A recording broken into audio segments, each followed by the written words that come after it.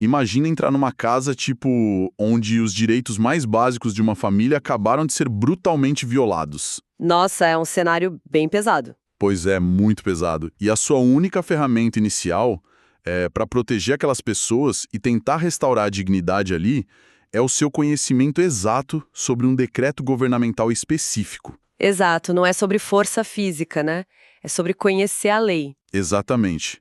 Hoje, a nossa conversa passa bem longe daquela velha visão de, buscar um cargo público só pela estabilidade no fim do mês, sabe? Uhum. Aquela ideia de bater ponto e ir pra casa. Isso. A gente não vai só falar sobre um certame aqui. Nós vamos dissecar a própria planta baixa de como o Estado lida com o sofrimento humano, tipo, na sua forma mais crua. Essa é uma perspectiva fundamental. Porque, assim, quando analisamos a fundo as diretrizes do documento oficial sobre o iminente concurso da SEDES-DF, a Secretaria de Desenvolvimento Social do Distrito Federal, fica evidente uma coisa. O quê? Exatamente. Fica evidente que não estamos lidando com um mero edital burocrático de regras e prazos, sabe? Estamos diante das engrenagens invisíveis que mantêm a sociedade funcionando. Com certeza. E a missão desta nossa análise aprofundada hoje é meio que decodificar esses bastidores, né? Entender qual é o peso real de estar na linha de frente dessas políticas públicas e como aquela teoria árida exigida na prova se traduz diretamente em, tipo, salvar vidas no mundo real. Perfeito.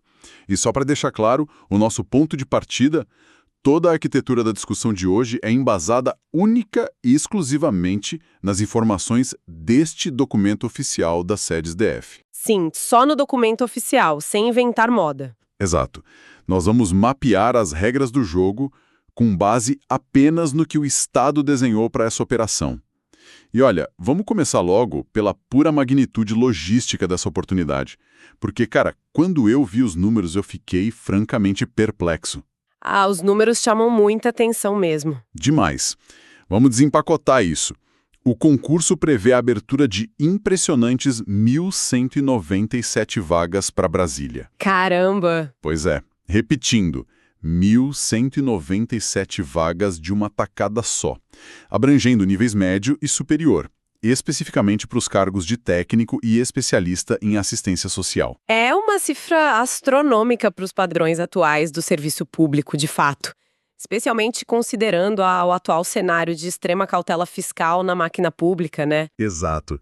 E não para por aí, não. As remunerações detalhadas no documento começam em R$ 4.752 para as jornadas de 30 horas semanais. Já é um valor bem interessante. E batem quase os R$ 9.000 para o regime de 40 horas. A banca organizadora, inclusive, já está definida. Vai ser o Instituto Quadrix. Quadrix, famosa por ser bem exigente, né? Muito.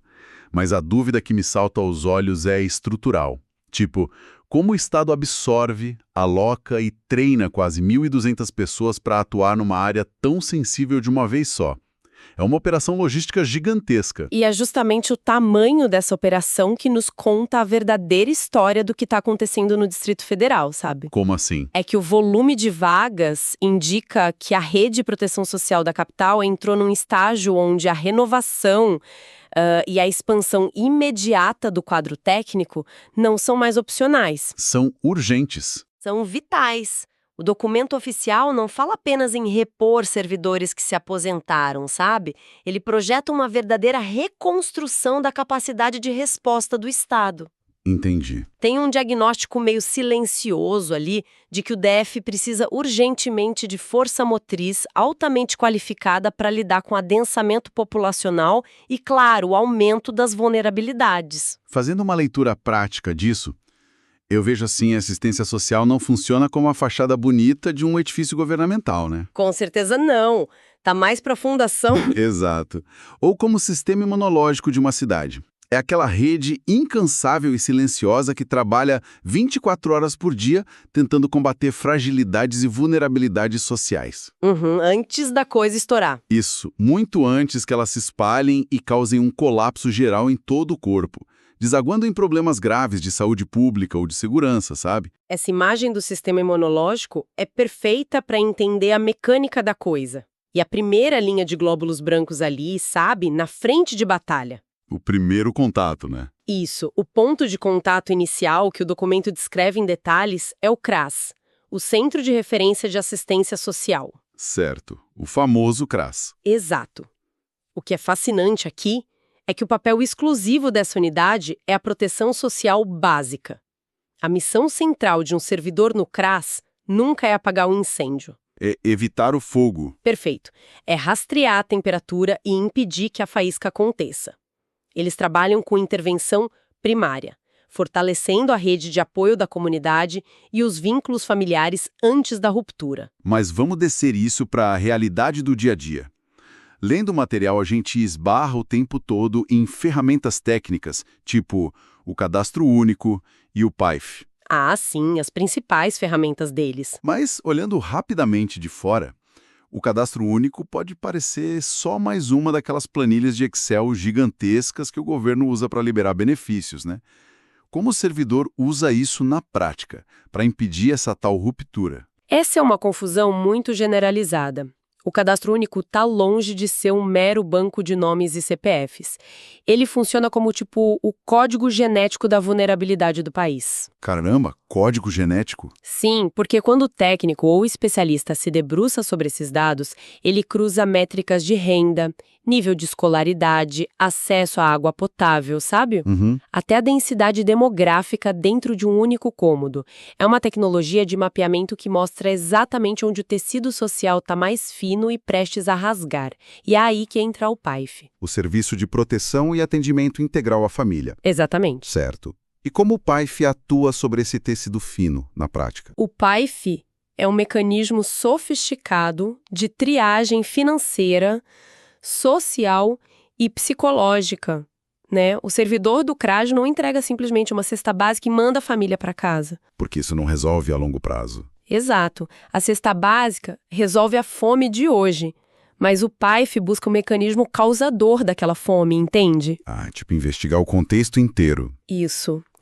O profissional vai investigar se a raiz do problema é o desemprego do arrimo de família, se a falta de uma documentação civil básica que impede cidadão de ter um emprego formal. Nossa, até isso. Sim, ou se há um princípio de violência doméstica silenciosa sufocando aquela casa. A função do PAIF é conectar a família à engrenagem correta do Estado para curar a causa e não só mascarar o sintoma. Cara, isso exige que o profissional não seja apenas um burocrata preenchendo papel, mas alguém que realmente lê o ambiente. Com certeza absoluta. E o documento oficial das sedes DF faz muita questão de ressaltar o conceito de territorialidade.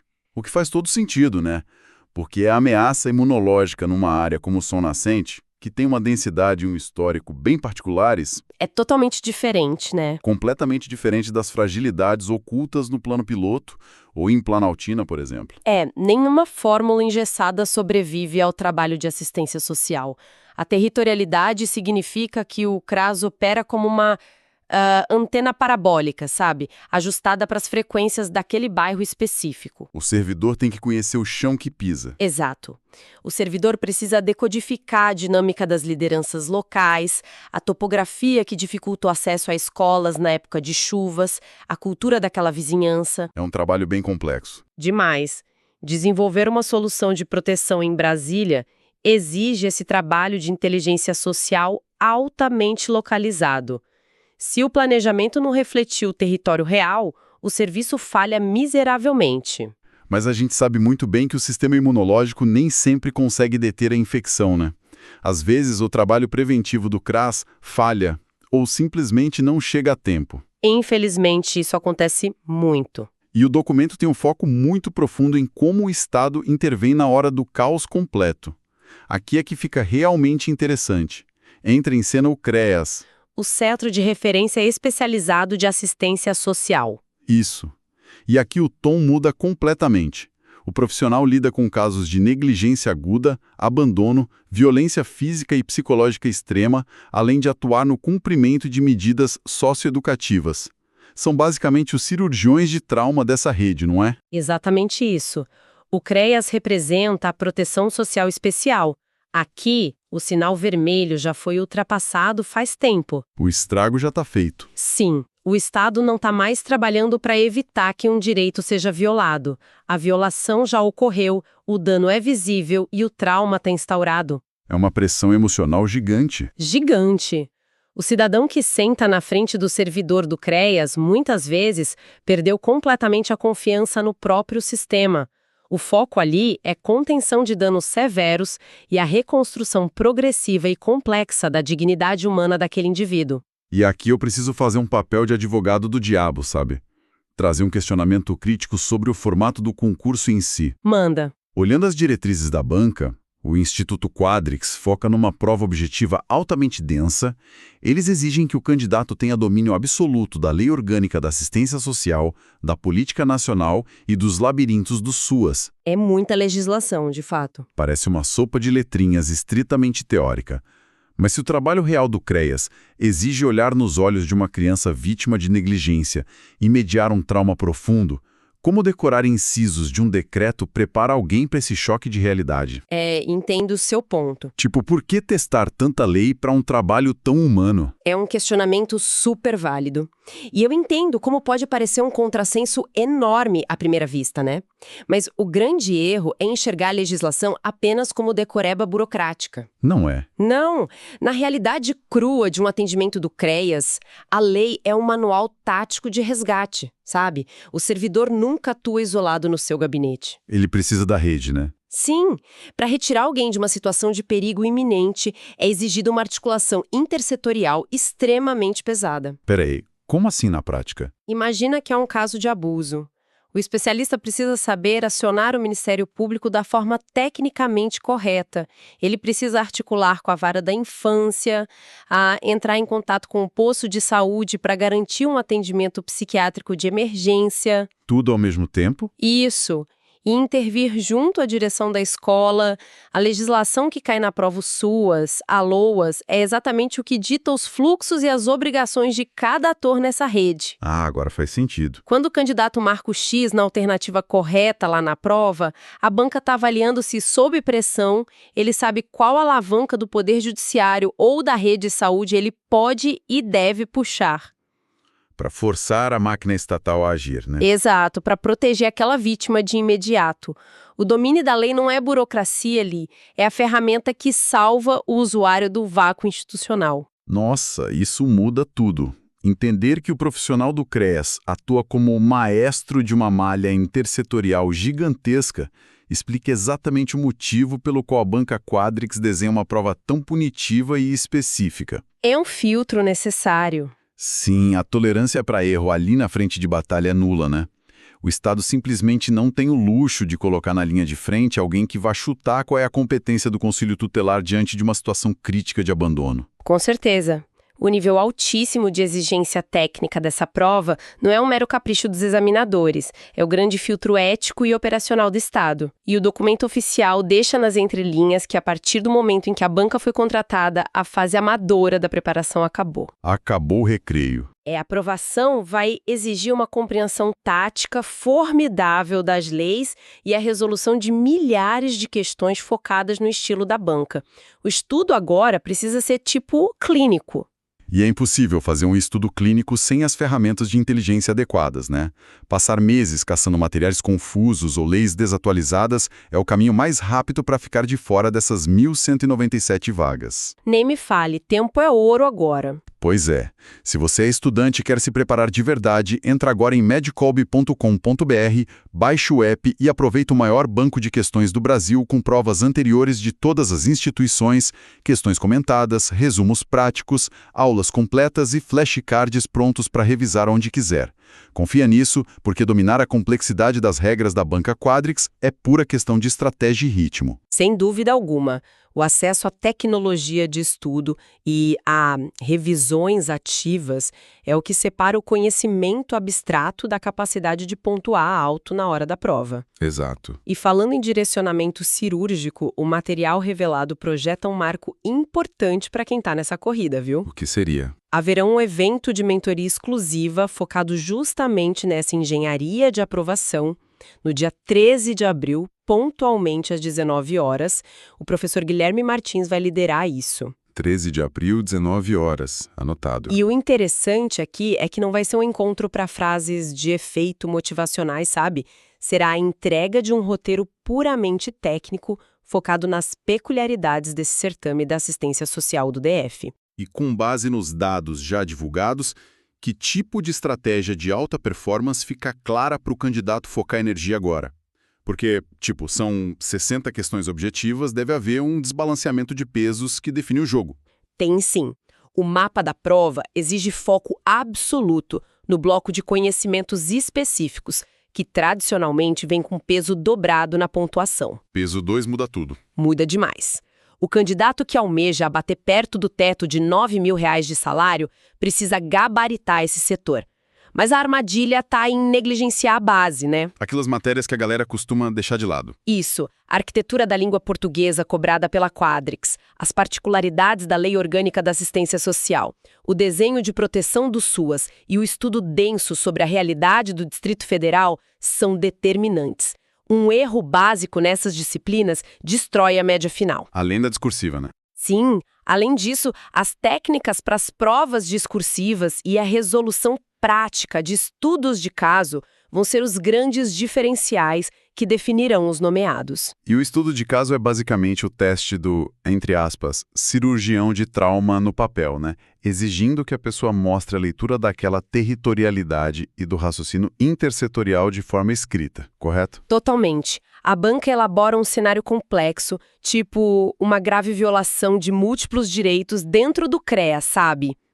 Um caso real mesmo. E avalia se o futuro servidor tem a inteligência social para aplicar as regras do SUAS e acionar a rede correta sem criar gargalos judiciais ou, pior, colocar a vida do indivíduo em maior risco. É a simulação forense do trabalho diário. Fascinante. E sobre o cronograma, a linha do tempo desse cenário todo me chamou bastante atenção. A previsão divulgada aponta a aplicação das provas apenas para o segundo semestre de 2026. Isso mesmo. Com as primeiras nomeações projetadas firmemente para 2027. É um horizonte de tempo razoavelmente longo para os padrões concurseiros, né? E isso não pode gerar uma falsa sensação de conforto na galera.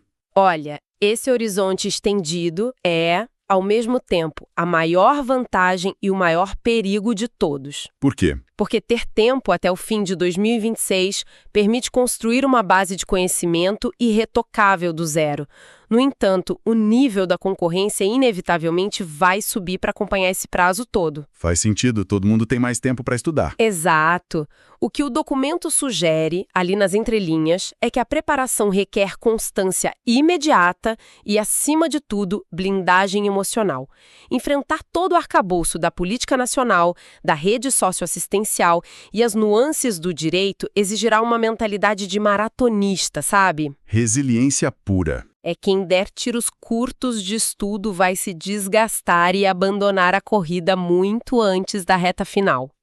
Amarrando os fios de tudo que desbravamos aqui hoje, fica muito nítido que as diretrizes do certame das sedes DF oferecem muito mais do que 1.197 assentos confortáveis. Existe uma excelente estabilidade, claro, e um teto remuneratório inquestionavelmente atrativo. Com certeza, os atrativos são inegáveis. Porém, o verdadeiro prêmio é a convocação para compor o núcleo do sistema imunológico da capital do país. Quem assumir esses postos vai carregar a responsabilidade dupla de fortalecer preventivamente as comunidades lá no CRAS e de entrar em cena com a precisão fria de um cirurgião de trauma quando tudo mais desabar, ali nas trincheiras do CREAS. Essa constatação conduz a uma reflexão inescapável que o próprio estudo do SUAS nos impõe, sabe? Qual reflexão? Compreendemos o nível de cruzamento de dados de um cadastro único, a sutileza psicológica exigida num PAIF e a necessidade de orquestrar juízes, promotores médicos e conselheiros tutelares, uma ficha importante cai. Que assistência não é caridade, né? Exatamente. A assistência social deixou de ser um trabalho filantrópico ou de caridade amadora há muito tempo. É tecnologia de Estado pura e simples. Trata-se de uma ferramenta técnica e refinada de manutenção civilizatória. Perfeito. A questão central que fica é, será que o grau de real desenvolvimento de uma sociedade não deveria ser avaliado pelo nível técnico e pelo suporte orçamentário que o Estado fornece a esses profissionais que curam o sofrimento humano, em vez de avaliarmos o nosso sucesso apenas por números do PIB? Nossa, essa inversão de valores é poderosa. E eu pego exatamente esse pensamento para lançar um desafio para quem está acompanhando a gente agora. Manda o desafio. Se toda essa inteligência social preventiva, sabe, esse mapeamento genético de fragilidades de que a gente falou hoje, fosse aplicada com a mesma intensidade e orçamento em áreas tradicionalmente rígidas do governo, como o planejamento do crescimento urbano ou as grandes políticas de segurança pública. Seria uma revolução. Sim. Quantas dezenas de crises bilionárias e sofrimentos coletivos seriam capazes de anular antes mesmo que exigissem o uso da força? É uma engrenagem que muda tudo. Algo fascinante para se refletir na próxima vez que a pessoa reparar na dinâmica silenciosa do próprio bairro. É para se pensar mesmo. Nós ficamos por aqui com essa análise aprofundada de hoje. Mantenham a curiosidade acesa, continuem questionando as regras do jogo e desconfiem das respostas simples. Até a próxima exploração.